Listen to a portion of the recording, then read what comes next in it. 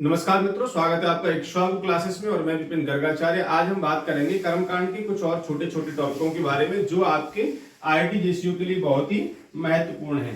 तो आइए बात करेंगे सबसे पहले हम जप के बारे में।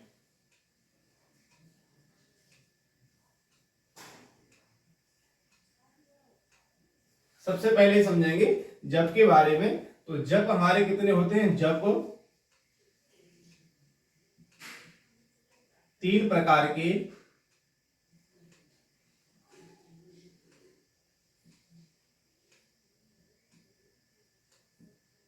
होते हैं। जप कितने प्रकार के होते हैं? जप 3 प्रकार के होते हैं। पहला है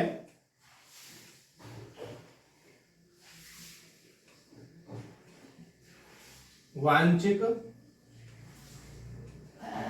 जप। वांछिक जप में क्या होता है? यह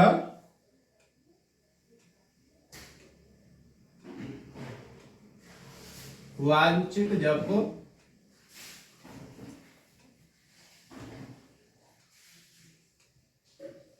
धीरे धीरे बोलकर होता है। प्रश्न कैसे बनेगा समझ लीजिए। धीरे धीरे बोल करके कौन सा जप किया जाता है? वाचिक किया जाता है, उपांशु या मानसिक, या इनमें से कोई नहीं। इस तरीके से आपको जो है प्रश्न वहां पर पूछा जाएगा। दूसरा है हमारा जो है उपांशु जप। उपांशु जप ये आपके आईआईटी जेसीयू के लिए बहुत ही महत्वपूर्ण टॉपिक है, तो अच्छे से इसको आप तैयार करेंगे।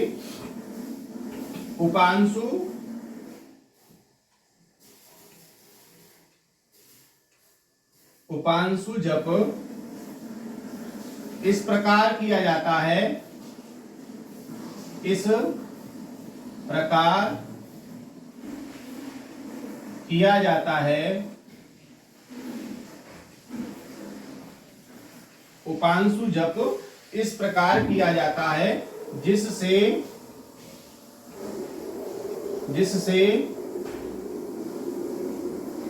दूसरे को सुनाई ना पड़े या कोई दूसरा व्यक्ति उसे ना सुन सके। जो आप जप रहे हैं वह उपांशु जप है, जिसे कोई दूसरा ना सुन सके। बात करेंगे जो हमारा तीसरा जप है मानसिक जप। मानसिक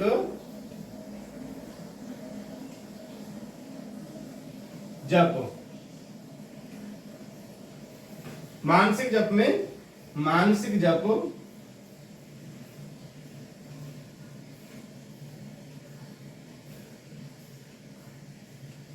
मानसिक जप में जीभ और होठ नहीं हिलते हैं।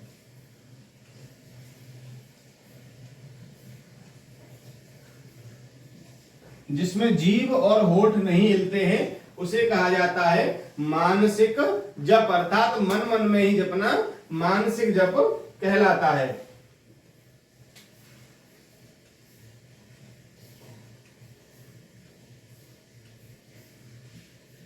घर में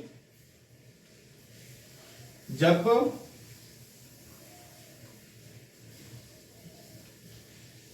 करने पर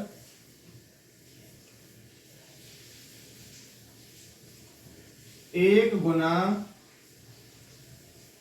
फल मिलता है।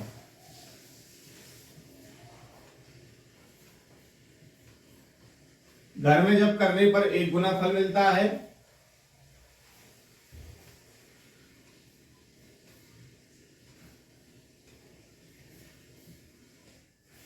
गौशाला में 100 गुना। यही जब गौशाला में किया जाए तो कितना मिलेगा? 100 गुना मिलेगा। वन वाटिका में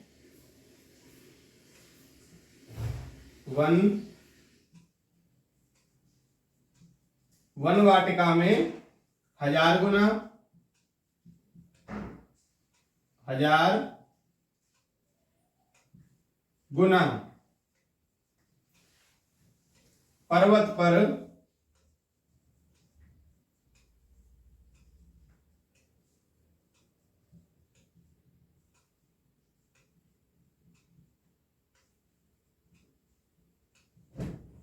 पर्वत पर 10,000 गुना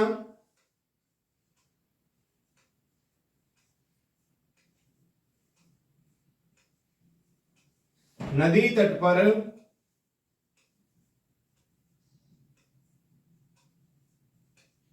1,00,000 गुना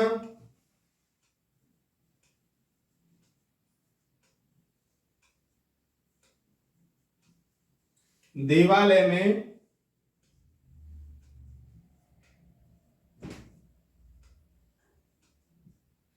1,00,00,000 गुना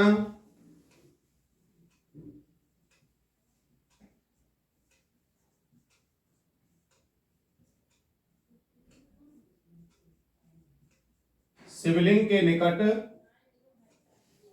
के निकट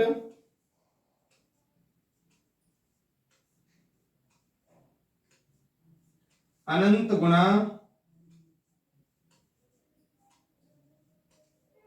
पुण्य फल। तो ये देखिए, जो जप होता है, अगर घर में आप जप करते हैं तो 1 गुना फल मिलता है। गौशाला में 100 गुना, वन वाटिका में 1000, पर्वत पर 10,000, नदी तट पर 1,00,000, देवालय में 1,00,00,000 और शिवलिंग के निकट अनंत गुना, जिसकी कोई गिनती नहीं हो सकती है। इतना शिवलिंग के निकट अनंत गुना पुण्य फल की प्राप्ति होती है। प्रश्न कैसे बनेगा समझ लीजिए। मान लीजिए पूछ लिया जाए कि जप करने पर अनंत गुना फल पुण्य फल का प्राप्त होता है, तो कहेंगे शिवलिंग के निकट हो, 1000 गुना वन वाटिका में, 1,00,000 गुना नदी के तट पर, या सबसे अधिक पुण्य फल जप करने पर कहां मिलता है, इस तरीके से पूछ लिया जाए तो शिवलिंग के सन्निकट बैठ करके किया गया जप वह सबसे अधिक फल प्रदान करने वाला माना जाता है। तो यह हमारा जप के बारे में हो गया। आइए बात करेंगे आगे के बारे में, कुछ चीजें जो हमारे आईटीजेसीयू के लिए महत्वपूर्ण है उनको और समझेंगे।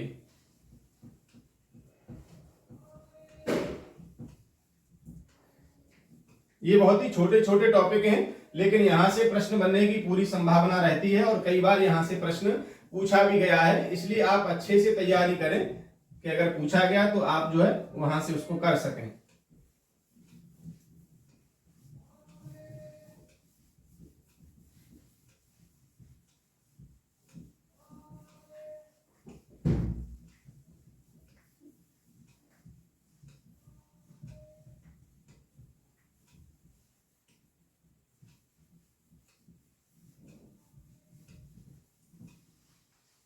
आइए समझते हैं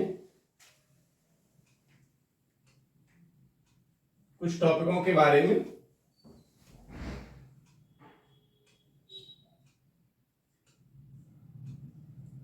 प्रातःकाल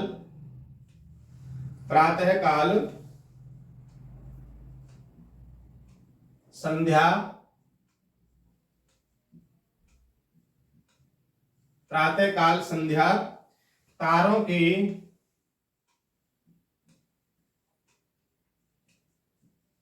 रहते हुए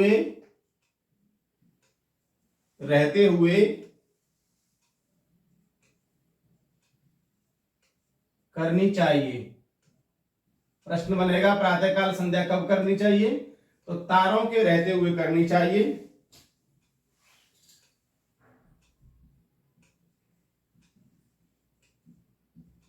मध्यकाल में जब सूर्य आकाश में हो,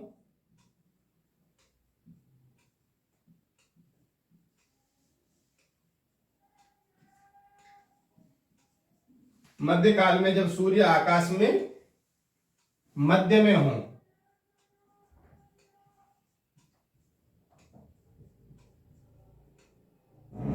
मध्य में हो,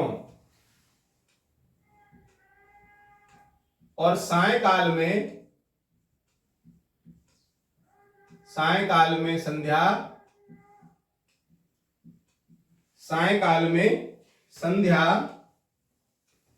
सूर्यास्त से पहले करनी चाहिए। सूर्यास्त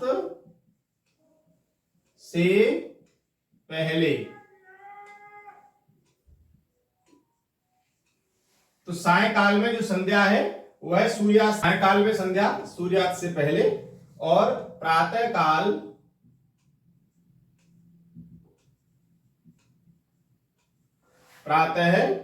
काल में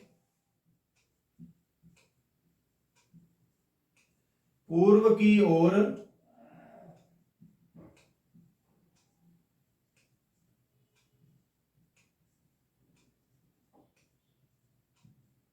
मुख करके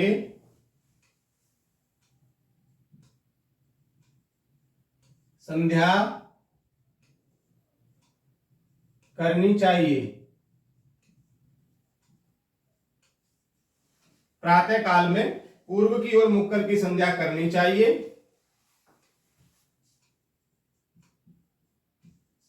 और जब तब तक करना चाहिए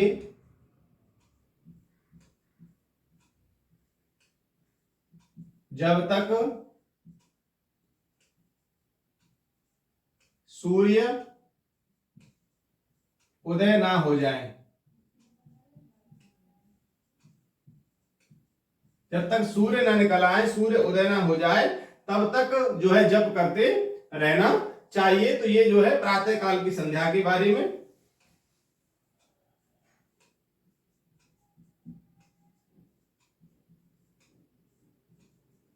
सायकाल में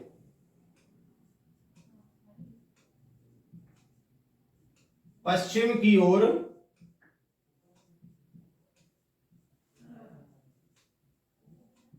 मुख करके, सायकाल में पश्चिम की ओर मुख करके संध्या करनी चाहिए।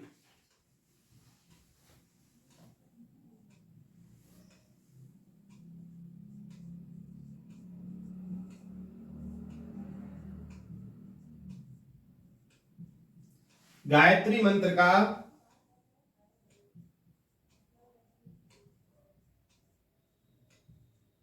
24 लाख जप करने पर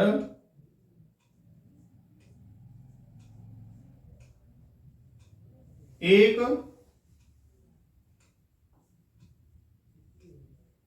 पुष्करण होता है।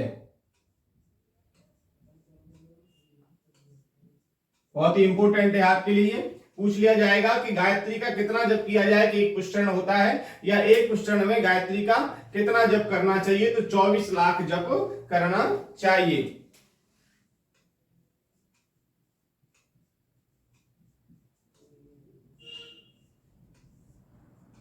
प्राणायाम हमारे 3 प्रकार के कौन कौन से? पूरक,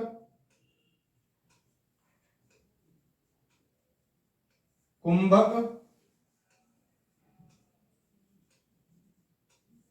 और रेचक। ये हमारे 3 प्रकार के प्राणायाम हैं।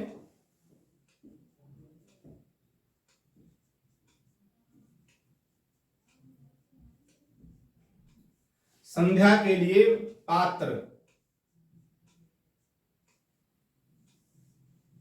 जो संध्या की जाती है तो उसमें क्या क्या पात्र होते हैं विशेष, वह नोट कर लीजिए। सबसे पहला लोटा, जो प्रधान पात्र है। प्रधान पात्र एक चाहिए। घंटी और संध्या का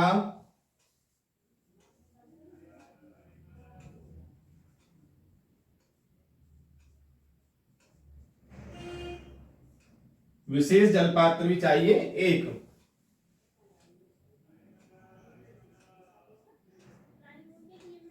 एक पात्र चाहिए चंदन,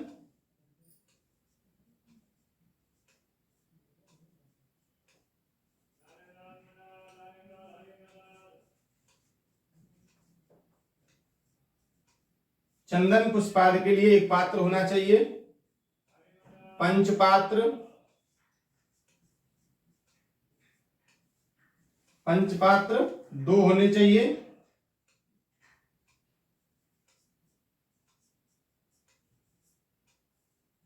आचमनी 2 होनी चाहिए।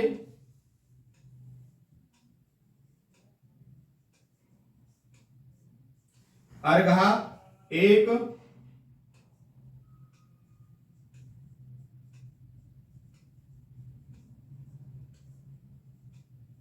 जल गिराने के लिए थाली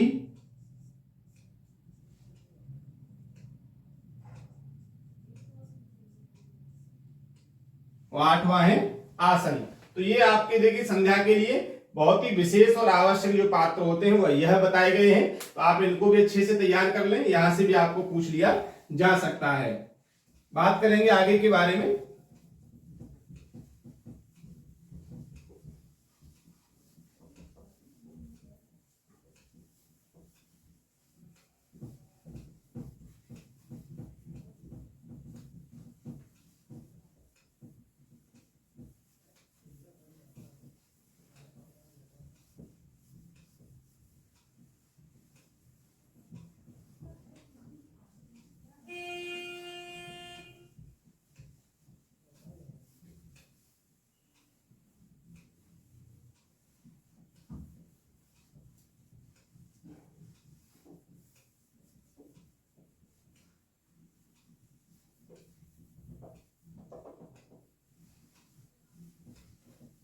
कुछ पॉइंट और नोट करेंगे जो आपके लिए जरूरी हैं।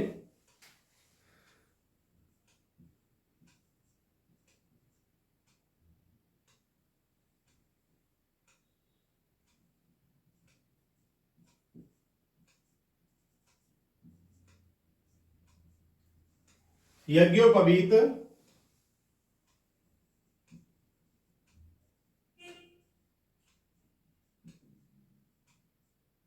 4 महीने के बाद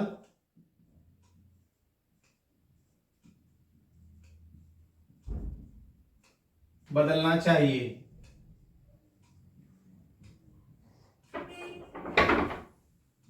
तो यज्ञोपवीत 4 महीने के बाद बदलना चाहिए।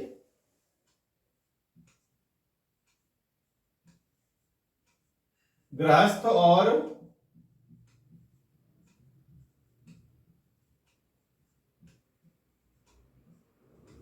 और वानप्रस्थ आश्रम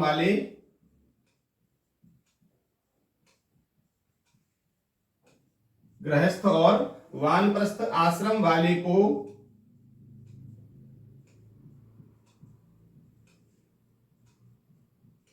2 यज्ञोपवीत पहनना चाहिए।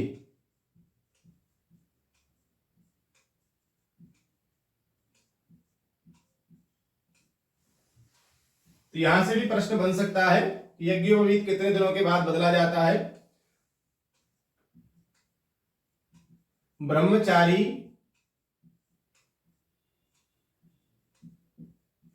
ब्रह्मचारी को 1 जनेऊ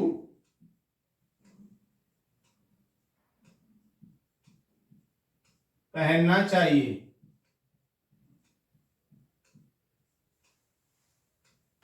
ये जनेऊ से संबंधित बातें हो गई। 2 पॉइंट और लिखेंगे कि अमावस्या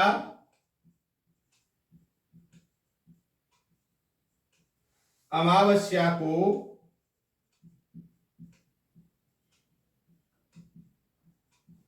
उखाड़ा गया कुश अर्थात जो कुशा होती है वह 1 मास तक चलता है। 1 मास तक उसे प्रयोग में ले सकते हैं, मास तक चलता है।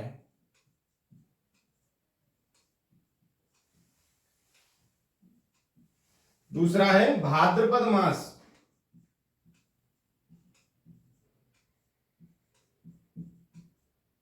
भाद्रपद मास की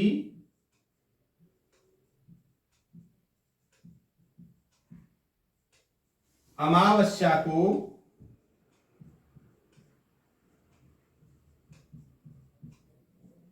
उखाड़ा गया कुश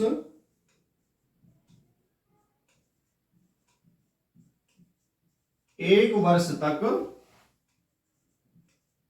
चलता है। प्रश्न बनेगा कि भाद्रपद की अमावस्या को उखाड़ा गया कुश कितने समय तक चलता है? 1 वर्ष, 2 वर्ष या 1 महीना या 6 दिन, ऐसे कुछ आपको दिया जाएगा।